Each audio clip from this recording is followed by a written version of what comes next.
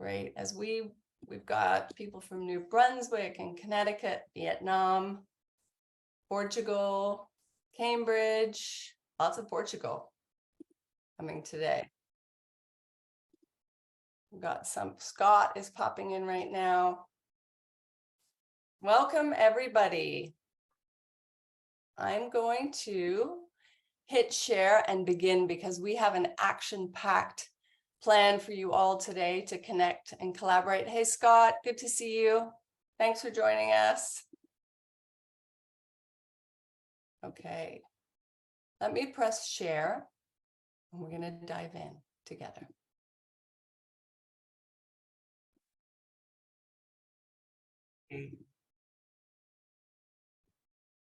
Good morning, good evening from wherever you're joining us. We have people from all over the globe. Thanks for taking time out of your busy day to join me and my team and my awesome co-facilitator and spotlight guests. This Brain Trust is for you. Please make it yours. Feel free to participate, join in, connect, and collaborate. And so my hope for this Brain Trust monthly meetup is to create a container for inspiration, new ideas, and new connections. It's a collaborative group established to inspire each other in a non-corporate, authentic, and hopeful zone. Welcome, new people. We've got a lot of new people joining us. We have Carlos Balarezo, Toby Hunt, Joan Ergel, Jennifer Williams, Hashtana Durrani, Maureen O'Shaughnessy, and I see that Scott Myers joined us too, and we have Richard Francham. It's an honor to see so many faces return month after month. I've been so fortunate to collaborate and connect with many of you individually in between these meetings. And I'm noting a common ingredient in all of you. You're all courageous and willing and continue to learn and grow. You're helpers and you're fueled by a need to make impact. And making impact alone is not easy. We all know that. And that is why I've continued to build this Brain Trust, because we are who we spend our time with, right? Look around you. There's change makers, there's trailblazers. I invite you to put on gallery view when we're off this spotlight and check out all the faces and where people are coming from. You're all humans wanting to make a difference in this world of education. And since our last meetup, I wanted to share some moving and shaking happening. There's been more collaboration sparking between members who meet in our breakouts, who meet separately, who follow up with each other. A few have started out to map out longer-term partnerships that will weave innovation across continents and catapult impact for their learners. I wanted, Sigh, if you could pop the link in for City as a School. I'm going to be collaborating with Serj, and we have Scott Meyer on today. Maybe we have Len Loving. We are going to be offering AI educator workshops to help educators feel comfy, to use AI and to explore how to ensure we use these tools to elevate all of your work in learning communities. So check out the link in the chat. And as well as being on podcasts with some of you, it was my honor to facilitate an entire weekend of rewirement training led by elder educator Phil Moore. Phil Moore, can you wave for people to see you? Some of you were in attendance for this rewirement towards more love-based initiatives in education. And what I noticed was how much educators and parents are looking to find ways to ensure they have love in their learning communities. Give me a heart or tell me how you feel about having love in your learning communities in the chat. It's a basic human need, yet often overlooked or not seen as a priority in how we support learners in our communities. When we have leaders like Phil in education who embody a caring connection with themselves first and the natural world, they pulse out this model to all of them. Without words or vision or mission statements, it is their behavior and values in action that impact all who come into their orbit. I believe this is where healthy culture gets seeded amongst all of us. It's a reverberation of being kind and a regular rhythm of support. Being seen and heard builds trust to overcome any obstacles as a group, for there will be obstacles. Many of you are building cultures in your learning communities, in your schools, programs, or teams. And I'd argue that getting the culture just right for each community is one of the most important ingredients of a strong learning community. We're building a culture here, right now, in Hope Braintrust, showing up, being accountable to each other, and supporting when we can. As this is our 7th Braintrust, with each week, more and more people reach out, looking for ways to connect into this heart-filled space, a place where you can come and be seen, heard, and recognized for the work you're doing. I'm listening, and I've been spending lots of time retooling and figuring out a way forward that continues to elevate all of you. Thank you for all who committed to giving me candid feedback, and I'm weaving in your insights and have updated the Braintrust Hub in Mighty Network with more events in all different time zones, collaboration and connection opportunities for this unique group working in education. Stick around to the end of this awesome action-packed 90 minutes, and I'm going to share more about how you can join. So in this multi-generational and diverse learning community, we need each other to unstick, unlock, and evolve forward. I'm excited to share our action-packed agenda. We've got lots of time to interact and share. Shortly, I'll hand you over to my co-facilitator, Kelly Davis. We're going to talk about what is a learning community, a new paradigm for learning and education. We're also going to spotlight Serj, which some of you have already met. He's going to be diving into how City as a school is a learning community. We're going to have plenty of breakouts. We're going to have a spotlight from Rekha from Boundless Life Learning. And we're also having a spotlight from Luis from Brave Generation Academy. So before I hand you over, I just want to do a little intro on Kelly. Kelly is an EdTech consultant and expert in global distributed learning. She's a global educator and previous co-founder and chief education officer of Brito, an online self-directed EdTech startup. I feel like I met Kelly through about 6 different people. And when I met her for the first time, it was like we knew each other. She also works with students and families as a learning coach and supports the transition to new ways of learning and finds ways for their education choices to become reality. Kelly's originally from the US and she's now living in Lisbon. She hosts a morning walking group and writes a newsletter. I want you to check her out on Substack. I'll send the link later. Over to you, Kelly. Hey, Hope, thank you so much. Thank you for the intro and thank you so much for having me in this space. It's so great to have a space here where we can all come together and really just be able to think out loud, to create in collaboration and to come together and support one another. It feels like actually some of the best ingredients that I think of in a learning community. So it's exciting to have this space and to bring this together here and to create with you all today in a bit of an imagination space.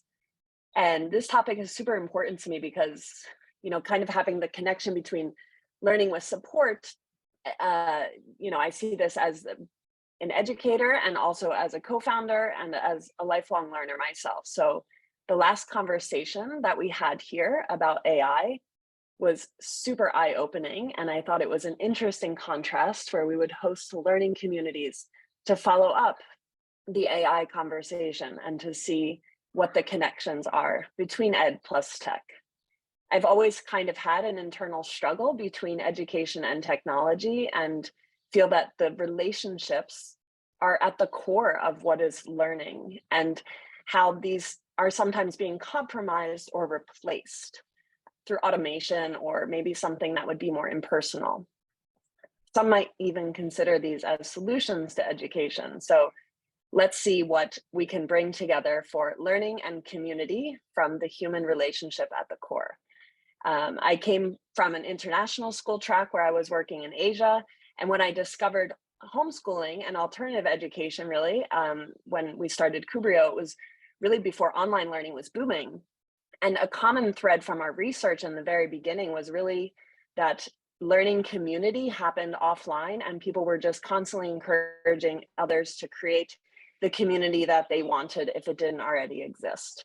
It always started with the contribution and with the collaboration of the members to make it happen. So let's get into what is going to be the part of our discussion today, talking about learning communities and beginning really to understand where we're all coming from. So if you could use your Zoom reaction, let's see a show of hands who is already part of a learning community. And you can raise your hand using that. Awesome. And we're also going to ask the question about who runs a learning community. So we're interested in learning about who is leading a learning community or who is interested in leading one as well.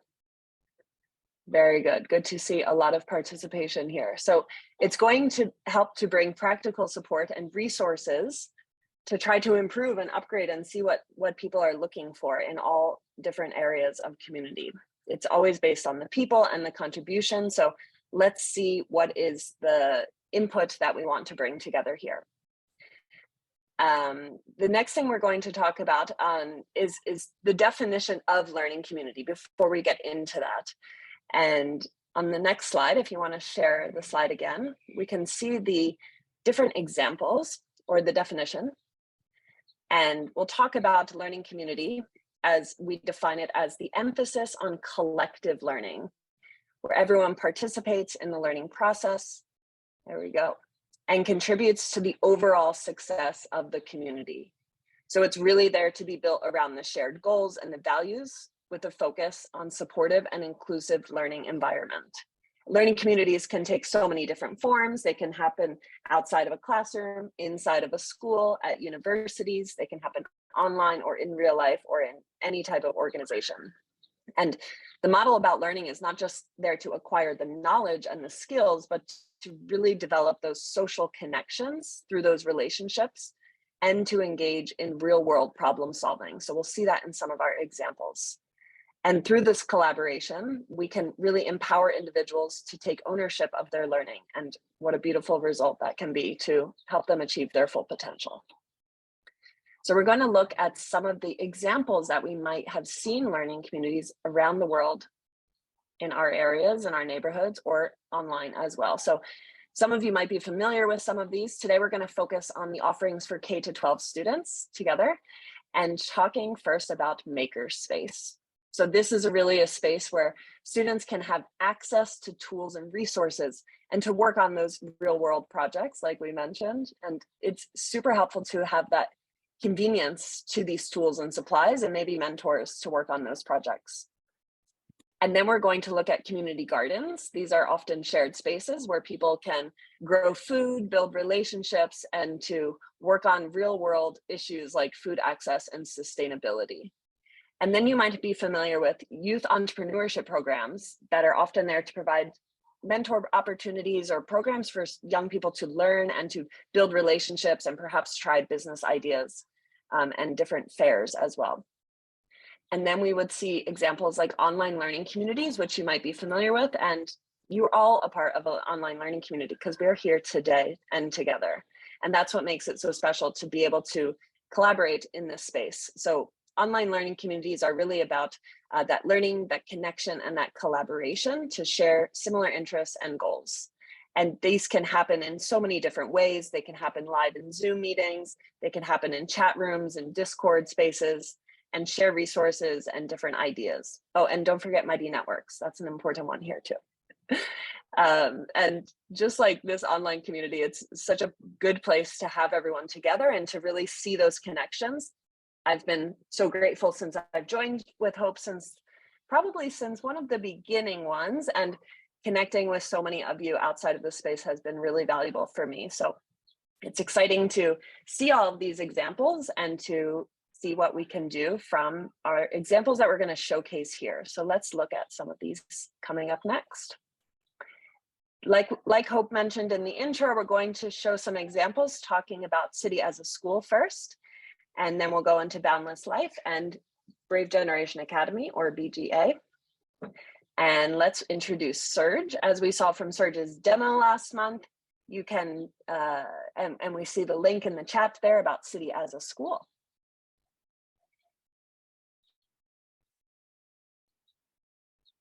Yeah. Over to you, Serj. Want to unmute yourself? Hey, sorry, I didn't know that was my cue. Hey, Serj. Can everyone hear me? There you are. Yes. Stop Amazing. sharing. Please tell us about yourself. Let's do it. Can I share the thing? I cannot share the thing. I'm going to make you co-host. There you go, Serj. Love it. Let's do it. All right. Hey guys, I've got about 5 minutes to do this.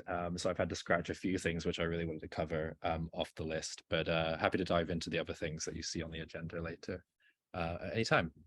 So the title of this talk is Learning Communities, Identity and Industry. And let's dive into it. I'm founder and CEO of City as a School. We're a tech platform for enabling learning ecosystems at the city level. At the core of that is a marketplace for young people to find all of the resources that Kelly just mentioned, maker spaces, STEM labs, proto studios, the rest of it, and then build a custom pathway through this, build a portfolio, and then get placed at job opportunities. I won't bore you with what a community is. You can ask ChatGPT that and act as an anthropologist. It's quite helpful.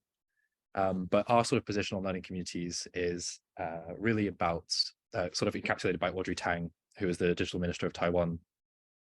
She encapsulated this perfectly, which was that people can choose their own curriculum, autonomously joining circles that tackle the same problem that they're motivated to solve. We found it the best way to free people from individual to individual competition, which tends to dominate educational thought. So Taiwan do some great stuff in education innovation. I was going to talk about intersectional social identity, but the core ideas I want to sort of get across to you about how we approach learning communities at City as a School are social games, identity creation by values, and then our structure for learning communities called guilds, and how they are also industry pathways. Throughout this talk, I want you guys to think about these two big questions and just like let them be in the back of your mind. How do you make transport safer and more accessible for young people to navigate the city? And how do we enable learners to explore a broader range of activities? And we'll be talking about social games during the day that help them to reflect on why they made those choices. So this is about intersectional social identities, but let's get into social games. So a social game is an environment where people's behavior is modified by explicit or implicit rules, roles, and responsibilities. And you can imagine this being quite broad. We do this when we're in smiling at strangers, interviewing people, we're getting drunk, we're exploring abandoned buildings. There's all these different social games we're participating in all the time. And really this diagram is showing where people tend to migrate from one activity to the other that satisfies their desires more effectively. And so this is one way we're modeling like how people move around life and update what they find as meaningful. And one thing to reflect on here is, can you think of a time when you had to make a difficult choice between two social activities? And what was more meaningful about the chosen space that you decided to go to? Thinking about the ways that you were able to treat people, if you were able to act with boldness or maintain a vibe of playfulness or approach things with a sense of wonder in the world. Think about when you've made those transitions and updated your values between them. And so a lot of the thinking around communities is based on thinking about the ways that our values shift when we go between these. Here's a section from some writing that's in my last. It seems likely that we define and adjust our values while making choices. Specifically, we evolve our values when we have an initial difficulty making a choice between one option that seems better in some ways and another better in different ways. And so how do we create these environments of expressive choice is what we'll call them, where young people can make expressive choices. They need to be able to organize a space of values that might be applicable to their choice and organize them in front of them in whatever they decide matters to them. And so this is where learning ecosystems become great, because young people can reorganize the menu based on either a goal or some values. If they want to live courageously, softly, with boldness, adventurously, in small groups and large groups, this is really important. But you can't do this in a school, right? The games that you play, the social games you move through in a school are very narrow and they're linear. You go to the playground, you go to morning reception, maths class, you might have some variance and go to detention instead of the playground. So there's a narrow and limited set of social games at school. You might get more like variance at university, and the identity formation process becomes a bit broader and becomes like, this is where you kind of figure stuff out.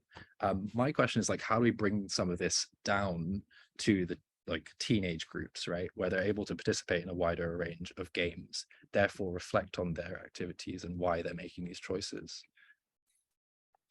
So all of this is baking into a theory of moral and character development, which I call expressive pedagogy. And I'm writing about this online, and we can talk about it if you'd like to afterwards. And all of this ties into some thinking we've done about guilds. So guilds are basically a industry pathway plus, and it's really trying to get to the allow young people to build a professional network and sample the full spectrum of careers in a bite-sized way. So you can see how like identity formation and the role that you have in society are tied together. That's an obvious thing. How do we get young people to explore that possible range earlier? Guilds at City as a School are free to join, where we subsidize it with industry money. We then allow them to build a portfolio of projects. They get mentorship in the network, and they can access income earning opportunities. And at the core of guilds is really like thinking about this insight, which is you're a product of the 5 people you spend the most time with. And so we try to train all of our educators to build learning relationships around our learners, whether that be coaches, mentors, experts, peers, counselors, or develop a better self-leadership or relationship to self. So that's super important as they go through these guilds. I mean, guilds become interesting in a interesting way to address this, like, how do you expose young people to a wider array of social games?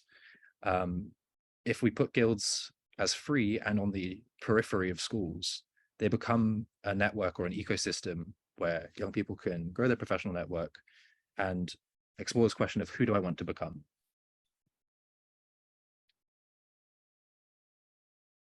And I just want to wrap on this sort of mission here, which is to give each young person the ability to think and reflect on what their values are, make sure that they align with their goals in a way that made them feel self-determined, that they were in the driver's seat of their destiny.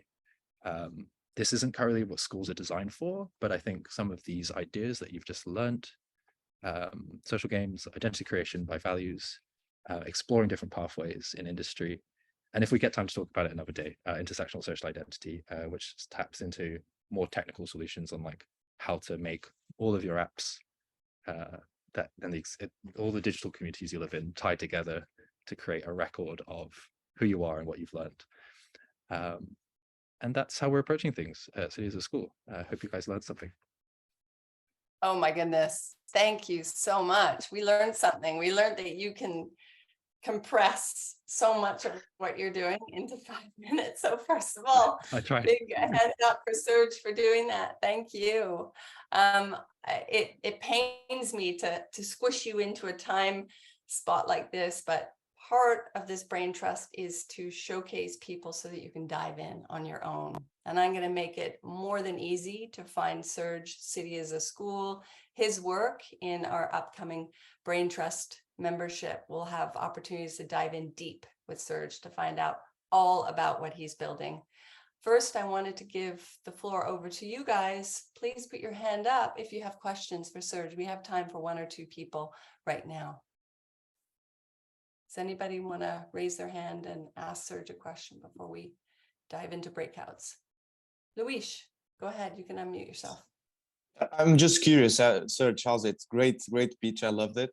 I just read an article a couple of days ago. I don't know if you were the one who wrote it, where there's the story about this little girl that goes about I don't know, in 50 years Uma. time and goes about her. Yeah, was it you? Yes. Yeah. So this is Awesome. our future scenario for City as a school. Yeah. No, lovely, brilliant. All right. No, that was it. That was my question. Oh. Yeah.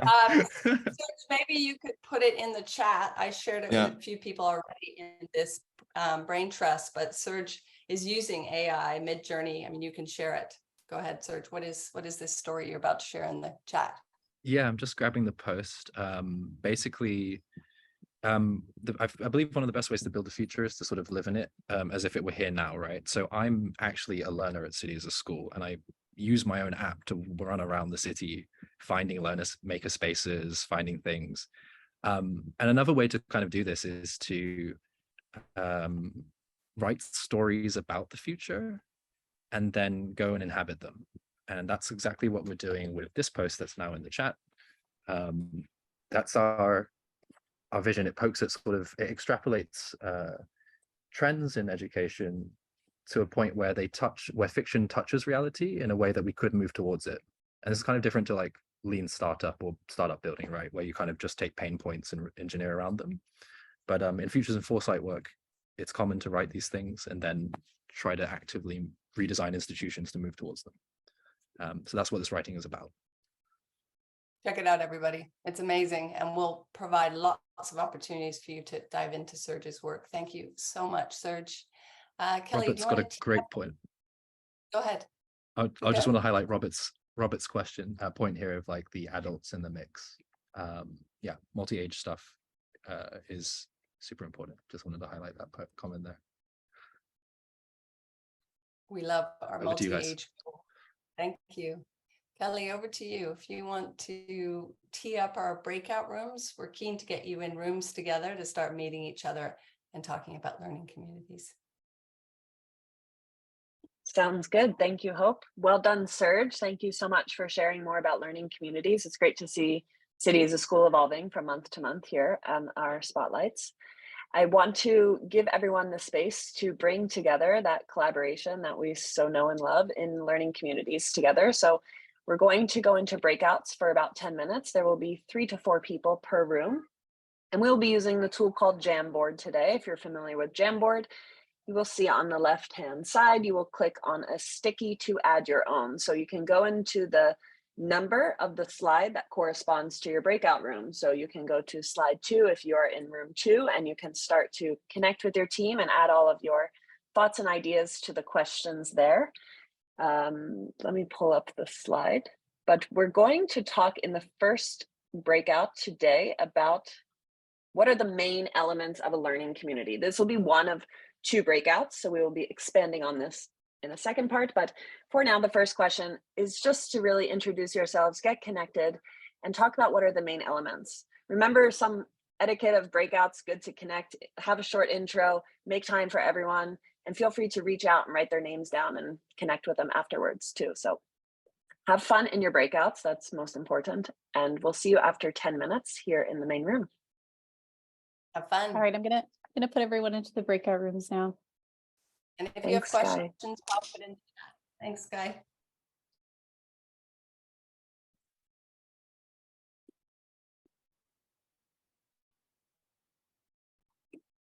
Who are we going to be with? You can pop me in, Sky. Yeah, let me see if I can add. Okay, I'm going. 10 minutes. Oh, Awesome. maybe I can add you to. I don't know if I can move you somewhere. Hope. If you can, I'll just join one. join Yeah, room I'll join. 6. Join room 6 because Okay. there's only 2 people in there. Yeah. Thank you.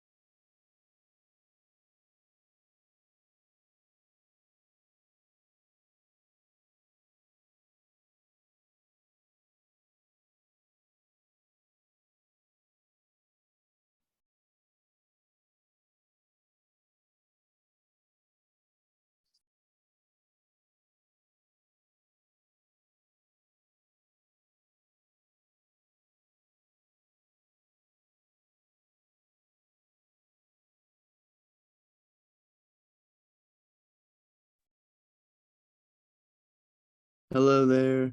Hey, Sam, I'm gonna pop you in a breakout room with the rest of the people just for the last 5 minutes here. Okay, is the meeting almost over? No, we're just doing a breakout room right now, and then we'll come back and have a little bit more discussion time, and then we'll go into another breakout room after that. Okay, I may actually. So I was a bit late today. I'm sorry, but Oh, that's okay. It may be If you want it, difficult yeah. because I'm making breakfast, so I was just gonna kind of hoping to listen to a talk or something. Oh, yeah, for sure. So the breakout rooms are done in 2.5 minutes. So feel free to do your thing, and then the discussion will start back up again after. Okay. Okay, I'll just kind of can I just hang out here on standby? Yeah, of course. Okay, all right. I'll be kind of walking to and fro, so if you call on me and I don't respond, I'll be right back. That's okay. It's no problem. Thank you.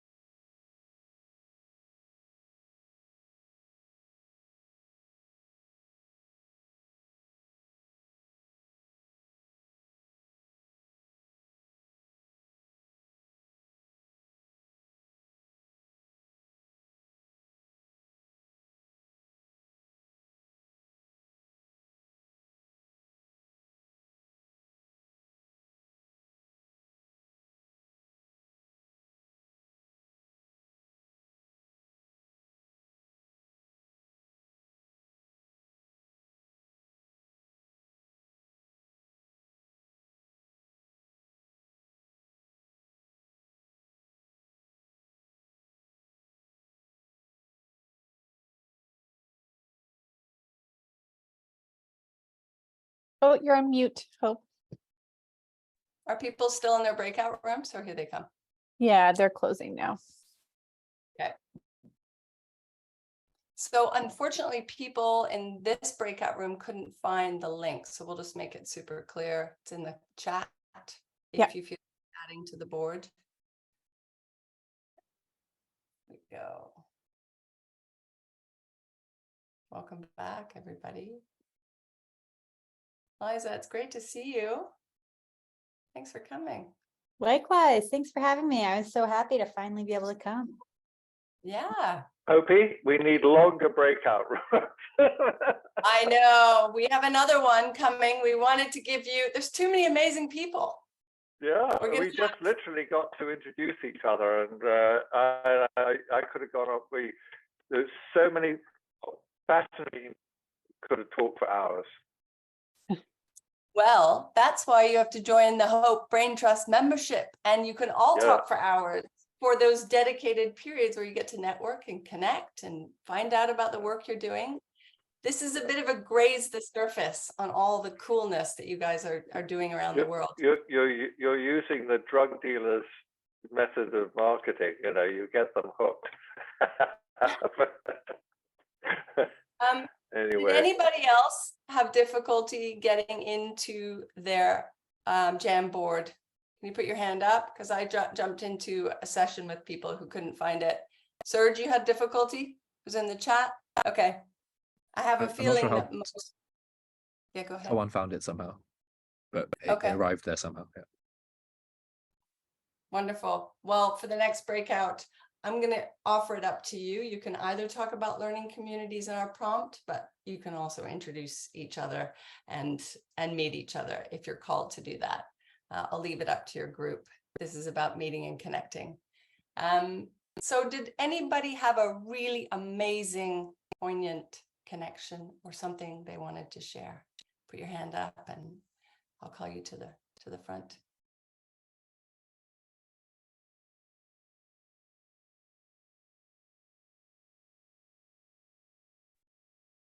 Scott, please share. Everybody, this is... I can break the awesome ice. spot. Hello, everyone. I'm calling in from Fargo, just like the movie. Really excited to be here. I had an amazing group. It was so fun. So Mara, Luis, and Jay and I spoke, and Jay has been setting up maker spaces, and Mara is setting up learning communities. And I thought the really interesting thing was the idea that Jay didn't think he was in education until recently, and that sort of felt like the vibe is that we didn't know we were building learning communities maybe until recently, or didn't even call them that. And so the people that we're bringing in, you know, are not your traditional partners. You know, it's not just partnering with schools or teachers or something. It's like people donating equipment to Jay, people coming in as mentors for Mara, and just kind of like the serendipitous and random nature increases the impact. So I thought that was really interesting to hear about. Thank you so much for sharing. Scott, anybody else wanted to do a quick share? Serj, go ahead. Yeah, there was a really great point in our group just about, I think it was Krista who mentioned it, just the need for stuff to be happening in a community that's not just about learning or about the content, but, you know, informal stuff, you know, understanding what's going on with each other's lives, doing something hard, informally sharing resources. These things really sort of stitch together a really strong community outside of its front-facing, like this is what we're about thing, right? Like sweat together, cry together, do something hard, and support each other is a really essential piece. It's speaking my language. I love that. Cry together, connect together. It's so good. Claire. Do you want to unmute? There you go. Hello. Jane had said something similar to that, where she was talking about her learning community and how she's realizing it, or maybe she already had realized it's not so much about the projects, it's the people first, and then you know, just seeing what comes from people being together. That's a good point. And as Robert, thanks, Claire. Just a quick one. I wanted to go back to Serj, who doing something hard, I think, is one of the central things here. School doesn't really test you. It does. You have lots of tests, but it's. I don't quite know how to define it. Maybe others could do better. But there's something about doing something almost dangerous, so something that absolutely grips you, and you just can't see how you're going to do it, or it almost requires suffering, I think. And all the great learning even learning to ride a bicycle is hard. You keep falling off and you get frustrated, and it's hard. The feeling you get from beating something that's hard is the best ever. Anyway, I just wanted to reiterate what Serj had said. Thank you. Great comments in the chat. Benita, we've got time for your one last share, and then we're going to hop over to Rekha. Well, just as a follow-up to Robert's comment about suffering and being scared as an elementary school principal, I can relate. But I think the lens that I can share from the principal's perspective of my journey of learning communities is when you are a principal of an elementary school, you are sitting alone at the sort of hierarchy of the school, and the importance of actually finding people to be in community with so that you can know that you're not alone. I think the biggest point that I can share from my own experience is making sure you recognize there are people that want to be with you and that you're not in this journey alone. So even when a hierarchy is set up so that you are feeling like you're alone, you're not. And it takes an effort to build that community for yourself so that you can make scary decisions and navigate whatever your path you're navigating. Thank you so much. So many amazing people. I want you to put in the chat all of your work that you're doing. We're going to pass the spotlight over to Rekha from Boundless Life. She's going to do a little spotlight on their learning community, which looks quite different from Serj's. Over to you, Rekha. Thank you, Hope. Can you guys all see my screen okay? Perfect. Okay, perfect. So hi, as Hope said, my name is Rekha. I am the co-founder on education at Boundless Life. One second here. Okay, so just to give you a quick overview on Boundless Life, we're basically the complete solution that gives families the freedom to live around the world with education and community really at our core. So we provide a turnkey solution so that our families can focus on their own passions, build deeper connections with their loved ones, all while kind of raising our children to be global citizens of tomorrow.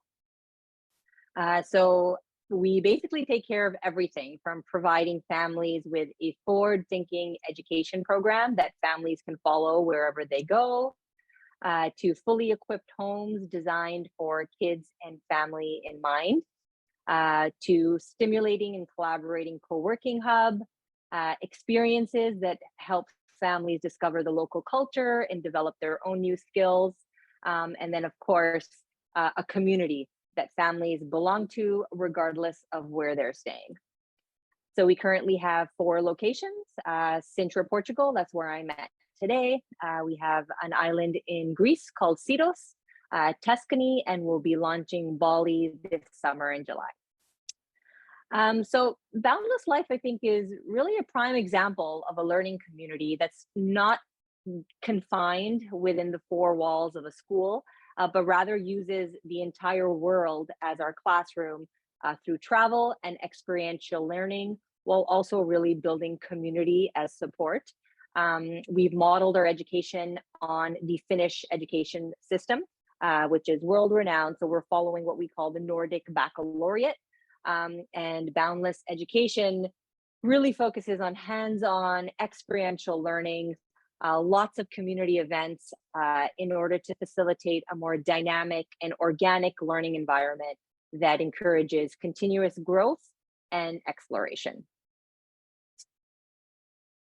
So our learning communities are made up of, I'd say, the following kind of stakeholders. So we have the educators. We always hire a good group of the local educators, and then we have international educators that we bring in from around the world. Obviously, our parents, the global parents that are coming to us and staying with us from all corners of the world. The kids themselves, we call them explorers at Boundless Life. And then the locals and our local staff. It's actually incredible to see how educators, parents, children from all different parts of the world are able to come to one location and really connect with each other for 3 months, 6 months, not only with each other, but also with the locals. You know, my son, for instance, he's 11. And in the last year since we've launched, he's played on the Portuguese soccer league. He's played on the Greek soccer league. He's played on the Italian soccer league. And it's incredible to see how children, I think, honestly, I think adults learn from children. It's incredible to see how much they can bond with other children from around the world who might not even speak the same language as them. Like when he's playing soccer, he plays really with the local league, and he's developed these amazing friendships with kids that don't even speak his own language, you know? And we also see a lot of amazing interactions within our education center themselves. We have multi-age classrooms. So each classroom ranges between 3 different ages. And it's so cool to see how the older kids, because we're a very small micro school, small community. So it has this kind of family vibe to it where the older kids are really acting as leaders and mentors to the younger ones, and the younger ones, because they have such access to kids in the same classroom that are older than them in their classroom next door, they really kind of step up to the challenge to, you know, try things that might in a typical school you would consider way beyond your child's kind of age group. So it's amazing to see the collaboration that happens between all of these different stakeholders. By building a learning community, the biggest thing that our team has learned, I think, you know, before everything else, is that learning does not need to happen in a classroom or specifically with a teacher or an educator. I mean, we do have the top-notch educators in our education center, but learning seeps into so many different areas. For instance, this is like a day at a Boundless education center for the kids, and you know, learning happens first thing in the morning when they're outdoors during connection time and talking about character building and doing mindfulness exercises. Learning happens when they're working on their quest, you know, working on a UN Sustainable Development Goal. They're always working on project-based units each cohort, and when they're working with the local community, there's so much learning that happens around real-world problems. We also do something called Endeavor Time. That's where the parents in our community that are staying with us from around the world, they come in once a week and share, similar to what we're doing right now, you know, share something that they're passionate about or what their zone of genius is.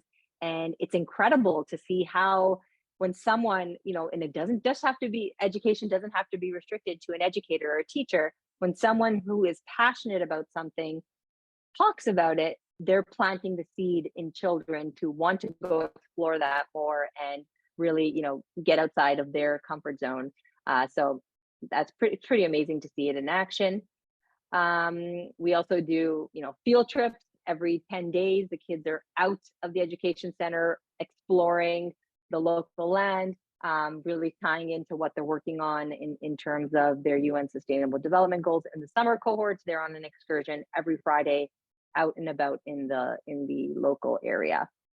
I love this quote, you know, it says, "The world is our true classroom, and the most rewarding and important type of learning is through experiences and seeing something with our own eyes." So that's really something that we try to focus on, is giving them hands-on experiences. Boundless Life Community, we've welcomed 250 families to date. We launched just over a year ago, and you know, 78% of our families are really happy, rating us with a 9 to 10, and 50% are rebooking with us. So we're really grateful that you know, so many people are catching on so quickly. In terms of obstacles and areas of support, I just threw it out there. You know, we're launching Bali in July, and we are looking for our local educators there. So if anyone knows teachers in Bali that you could refer us to, that would be amazing. We've also, I'll talk to you, Hope, after. We also just launched a patron program. This came from our community themselves. So a lot of the families that stay with us love Boundless and want to continue their education with Boundless Education, but they want us to launch in a specific location. You know, we have some families who want to live in Oaxaca, Mexico for 6 months, or want to live in New Zealand for 4 years. So we've started a new patron program where families can basically you know, help fund the location of a new destination that's on the top of their list. This You know, we go ahead. Hope, Yeah, sorry. I no, it's okay. I just wanted to make sure that people have a chance to ask a question to your Yeah. amazing offering. We are going to run out of time for questions for you, and Go ahead. We're done. Yeah, We're that done. So was yeah, open the amazing, floor to Rekha. any questions. Thank you. Thank you so much, guys. Does anyone have questions at all for Rekha and the amazing offering of Boundless Life? Krista, go ahead. So it sounds like it's a very unstructured model overall, but I'm just curious about, is everybody kind of moving a lot around your school, doing the things they want to do, or is there some semblance of structure there? Is there age segregation? Just looking for a little bit more information there. Sure. Yeah, I didn't, because of time, I didn't go deep into the education itself. It's actually very structured. We partnered with a Finnish school development company. So we are following the Finnish education curriculum. It's called the Nordic Baccalaureate. It's multi-age classroom. So we have 4 different classrooms. The first classroom is ages 1 to 3. The second classroom is ages 4 to 6. Those 2 classrooms are very Montessori inspired. So all of our materials follow a more Montessori style. All of our teachers are Montessori kind of trained. And then the older ages, we have ages 7 to 9 and then 10 to 12. And that's where we really execute the Finnish education model. So very structured. A Finnish education quickly is based on personalized learning, project-based, a lot of outdoor time, but we cover all of the academics that you would in a normal education center. Cool. Awesome. Vanita, go ahead. So intrigued, Rekha, is there any way that people can visit your location? So say I happen to be on vacation in Bali, would I be able to connect with someone to actually visit the space? Absolutely. Yeah, absolutely. Just send us an email and we have, absolutely can come. We'll connect you with the local manager or the education center coordinator, and you could definitely come pay a visit. We all want to visit. We're coming. Jan and Scott are already. I know Claire and Nick. I mean, where were you when I was traveling with my family? I had to do it all by myself. Richard, go ahead. I know. Yeah, that session's Rekha, very interesting. right into therapy. That session. I have to go there now because I'm like, wasted life. How did that happen? Really amazing work. Thank you. Thank you so much. Go ahead, Richard. So Rekha, very, very interesting. Are you connected at all with the world schoolers? Are they taking advantage of what you offer? Yeah, actually our first early adopters, most of them were world schoolers. That's how, when we first started, we didn't have a marketing team. So we were just, on Facebook on the world school groups, and our initial customers were the world schoolers. But it's interesting now we're seeing this huge jump after our first year of operations, where not only are world schoolers still with us, but a lot of families who are in traditional school have taken the leap to leave the traditional education model and join us, because we're kind of this happy medium, where you get to explore the world and you're not jeopardizing your not jeopardizing, sorry, I take that word back, but you're still following a kind of accredited education model. Awesome. Well, we will be definitely diving further into Boundless Life on more sessions, right, Rekha? You guys have so much to share, and so many different options for different people in the learning community, the parents, the educators, the learners. I will definitely be focusing on your work in the coming month. Thank you so much. I'm going to pass it over to Kelly, who's going to give us a little prompt. And again, we're going to just showcase how we get into your Jamboard. If you want to add to the Jamboard, great. If you want to spend this next 10 minutes meeting each other, that's also great as well. I'm sure there's plenty to talk about. And if you score being in a room with Rekha or Serj, then you can dive in and ask them direct questions. Over to you, Kelly. Thank you, Hope. And Thank you, Rekha, for that incredible presentation. It's so amazing to see how Boundless Life is taking over around the world. I mean, really, people can just keep hopping around, and what an incredible vision for them to have.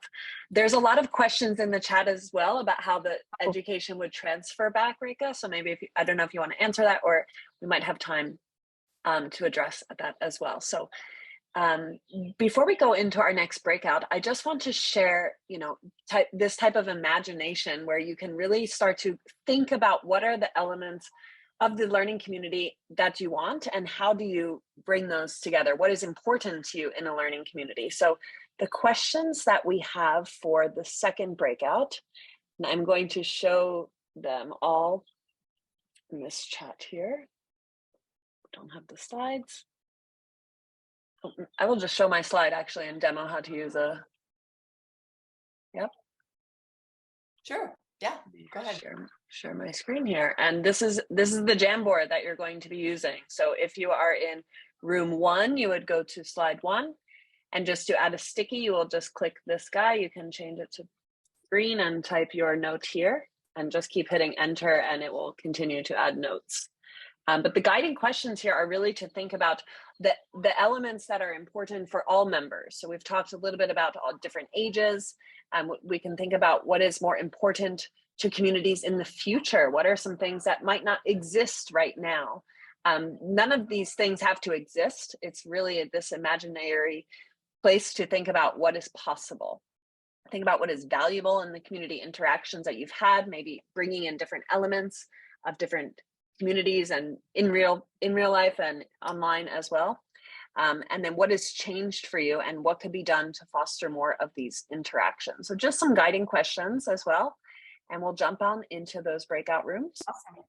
And we'll have 10 minutes with around 3 people. Go ahead. The Jamboards are really so that we can share after with people who haven't joined this session, and it helps us just capture your awesome ideas. Enjoy your breakout rooms. Get to know new people. See you in 10 minutes.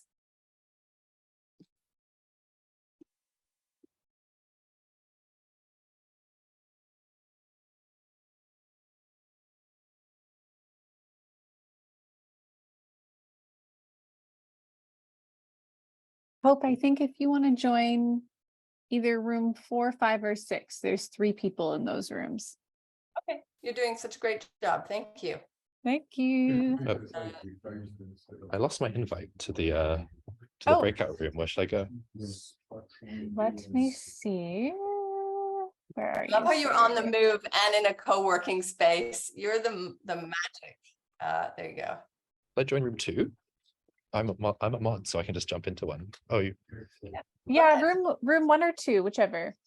Okay, I'll jump into 2. I want to meet Jay because there you go. Cool.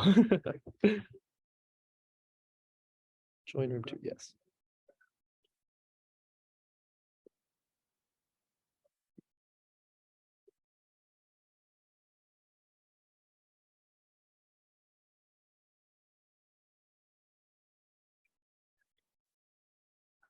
Oh, did it work? I think it's. Huh.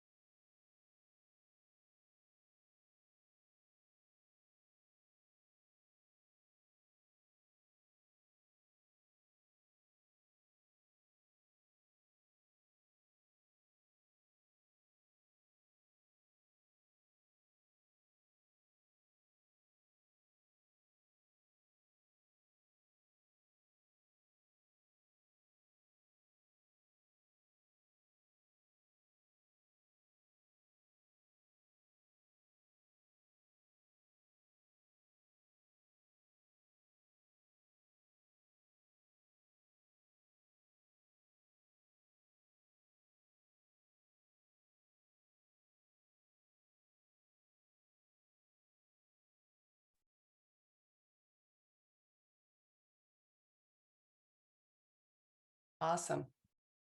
I don't know if, do they have a few minutes left? Yeah, they I have a few closed all- seconds. Yeah, I closed all the breakout rooms, so people should be making their way. There's too much to talk about.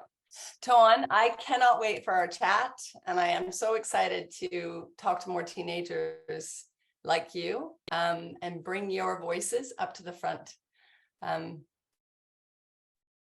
Yeah, I'm really excited for that too, because like on Twitter, I also have connect to some other teens who are like interested in the future of education or just students in general.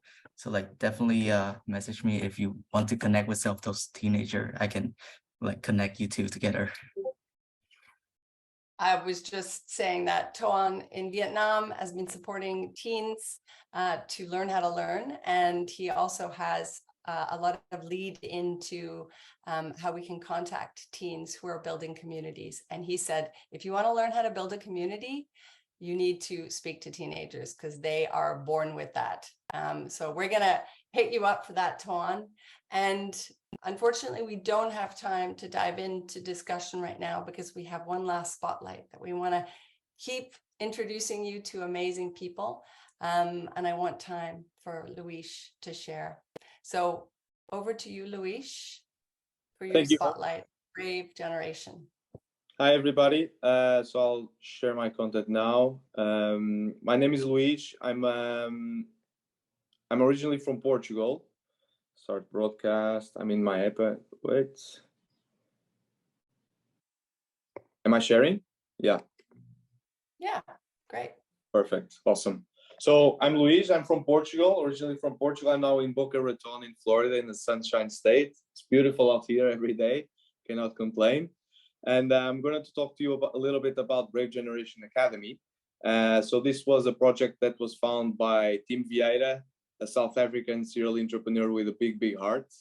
He was living in Portugal, and he had his kids in a really, really good private school. But he figured out that, you know, that wasn't not working for them, as many people shared the same experience, and he decided to create his own school. So we started about a year and a half ago with two main goals. So what was going to be different about this school? Personalization. So every human being is different. We know that more and more as we grow up. You know, why should it be different when we are children? And so we had to find a model that could really cater for every learner's needs and goals and fears, concerns, strengths, and play with that. And then also to provide experiences. So we were talking in one of the break rooms about how it is so many things are not possible to learn via books. You know, with the books, you can learn the technical content of it, but you really have to be exposed to certain experiences and stress tests, a few scenarios to really figure out if that's something that you're open to do, that you're good at, or that you want to overcome. We were talking about risks. We were talking about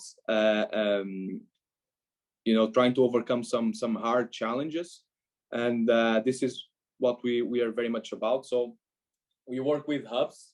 Here you can see a hub in Cascais. This was one of the first hubs.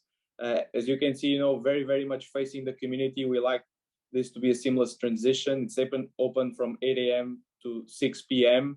and kids go in and out. It's a school, 6th grade to 12th grade. Kids go in and out, and also the community comes in and out. So we like to welcome people to talk about their life journey, their experiences, to come and do workshops, talks, and also to take our kids into the community and provide them with that exactly. So what will you see when you get into one of these hubs? You'll see this. So here you'll find about 30 learners. That tends to be our max capacity, and 2 learning coaches. These learners are educating themselves in a self-directed manner. So we have a platform. They bring their own laptop. In the platform, there's a timeline. The timeline tells them, you know, today you have to watch this 20-minute lesson, do this quiz, do this assignment, and you'll have a course manager reviewing it, giving you feedback, and seeing if you're on the right track. And then in person, you have the learning coach, who's really a human expert. He's not a technical expert in any subject. He has his own background. He can be an engineer, can be a lawyer, can be a tattoo artist, can be a designer, can be a sports athlete. But the real goal there is to really motivate and create a space where this learner can find his or her own path. So really within a coaching process and not just telling them what to do. Sometimes it's hard because we have to let them fall flat on their faces and get up again. But once again, these are the experiences that we're talking about. And there's a lot of peer-to-peer, as you can see here. So them supporting each other. If I have already maybe have done a module that you have not, and you're struggling, then it's my role to go out there and support you in overcoming that challenge as well. And this is where we create the relationships. Or also, you know, here, this is the second floor. The other one was the first floor. Here you go up, you go to the second floor, and you can see more people, more really deep diving, doing some deep work sessions into their subjects, or maybe even to some online courses. So it takes really a village to raise a child. Doesn't make sense to limit education to a set curriculum. So we do our own curriculum, the one that gives credits, college credits, allows them to go to university if they want. But also we don't want to limit them from pursuing their own passions and finding their purpose. And for that, we have to open doors to other possibilities. So, you know, if I want to be a data scientist, I'm going to be looking for IBM or for Google and seeing what are they offering and what are they looking for. And I'm going to be doing that either in the hub or going to their offices and asking for internship, job shadowings, and so on. Here you can see a learning coach standing up. He's going around for the learners to see who needs help, who, you know, how can I support you in overcoming any challenge that you need, or how can I connect you to some people in the community. And then also taking care of our own space. Once again, you cannot learn this through books. So our learners are responsible for cleaning their own space. They're responsible for managing the hub budget. Every hub receives a budget to, you know, some decide to buy pizza, others decide to go for museums or study trips. Everybody manages in their own way, and they're responsible for it. And it's really important to, once again, go through the struggle of doing it, negotiating with your peers on how you should use the budget. If someone is failing to do the cleaning, you know, how am I going to go to them and ask them really to step up and do the best that they can for the community that we have within the hub. This is the same hub. I wanted to show this hub because I wanted you to compare this one to the one that you have and see how our hubs really seamlessly integrate the community, because it's really important. We're all talking about sustainability nowadays, but we keep rising these huge buildings that, you know, consume so much energy, and we spend so much money in them where there are so many good buildings already that we can just, you know, rehabilitate a little bit and put them in a gorgeous fashion as it is this one. And this is, the other one was in Cascais, a very, you know, high-end posh village nearby Lisbon with the mountains and restaurants and museums and all of this. And this one is in Ericeira, also in Portugal, but in a very vibey surf village where almost every one of our kids, you know, at lunchtime, they pick their surfboards, they go surf, and they come back because they can do their own schedule, because they're learning at their own pace. So they decide, you know, if the waves are good, all right, you walk into the hub, you see surfboards everywhere, swimsuits, skateboards, an amazing vibe. And once again, adapting to the context of the community. And the last one, this one used to be a horse stable, also in Cascais. So this one is in a horse facility. A lot of these learners actually job shadow and do internships with the horses, so cleaning them and all of that. And we just rehabilitated it and we created a hub. So we're talking about 1,500 square feet, 150 square meters, open space, 2 learning coaches, 30 learners and Wi-Fi, and we're good to go. And how does the rest of the community benefit from this? As you can notice, our hubs are very, very simple. What we then do is leverage the resources that already exist outside of us. So everybody wins. So we create partnerships with the local restaurants for the daily meal. We go to the museums. You know, all of these, for example, music studios that are empty during the day because all of the kids only come after school. Now they can actually start giving lessons during the day because our kids can go in the morning. They can go at 10 a.m., at 11 a.m. So we don't have these tutoring centers empty. We don't have these music centers empty. Arts, sports, you name it, everything. So everybody is winning because we're being much more effective and efficient whilst personalizing everything according to our learners' needs. I'll just like to show, I'll just like to show this hub really quick. I hope you can see. So this one we've just started. So we just have 3 learners at the moment. I was in the focus room now. I hope I'm not running out of my 5 minutes. So Okay, you here's got the another. Yeah, go ahead. yeah. How much do I have, Hope? I just have about 1 minute. Perfect. Do you That's want to perfect. take your share off so you can show us where you are? We can't see where you are. You just have to unshare, and then we'll see where. Yeah, okay. yeah. Let's see. There you go. Stop share. All right. Perfect. So here's the entrance. We have a plaza here. You come in, you have an open space. Welcome to Boca Raton. We always have our branding. So every time you get into a hub, you know that you get into a BGA hub. We have the focus rooms here. One focus room if they want to really get into deep work. Another one there. Little kitchen here. Another room. And here you can actually come outside where there's our learner, Oliver. One of our few learners. Say hi, Oliver. How's it? So we have this outside patio. You have learners. Thank Yeah, you we have so 3 much. learners now. Yeah, we have And 3 a learners ceiling. now because we just started. And yeah, our quotes, education is the most powerful weapon you can use to change the world. BB King. And that's us. So Thank you so much. We haven't actually had a real live tour of an education space delivered. Yeah. That's a first on Hope Braintrust. Luis, thank you so much. And thank you for Serj and Rekha and all of you for being patient as we literally speed through these amazing examples. I found myself wanting to include even more. 90 minutes goes by quickly, and we have so many different ways that learning communities are showing up in our world. And this is what the Hope Braintrust is about. And I'm very excited to include you all in more deep dives with each other and a whole lot more events and opportunities for you to learn about your work. The chat box is exploding all through here, people sharing links, and I'm going to go through that and make sure that you all have connections with each other. And I would really love to invite you to join Hope Braintrust membership. As you know, I've been working with all of you, or many of you, for the past 8 months, bringing you together for these meetups. And what I'm hearing is we want more different time zone opportunities to co-facilitate, ways for us to showcase our work and communicate in a centralized hub. So I've been weaving all of your feedback in, and I have created a really awesome opportunity. So if Sky will pop in the link down below, I would love to hear. If it's not for you, pass it on to other people, but know that if you've gotten any value from the time we've spent in the past 8 months, it's really going to be the price of 2 coffees a week to support this work, is to join this membership and keep evolving and growing together. Thank you, Kelly, my co-facilitator extraordinaire. I really appreciate and love you being a sidekick today. And I hope you have a wonderful week. And we will be in touch. I'll be emailing all of you guys the links from today.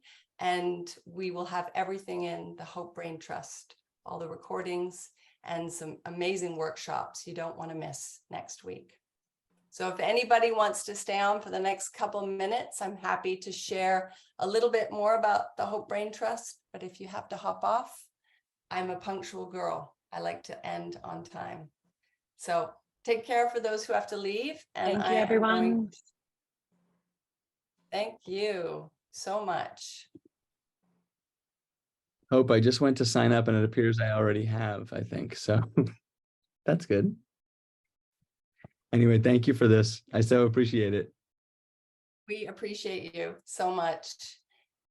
Serj. Thank you, guys. Have a great day. Thank you, Hope. Have a wonderful day. You're very welcome. Yes, guys.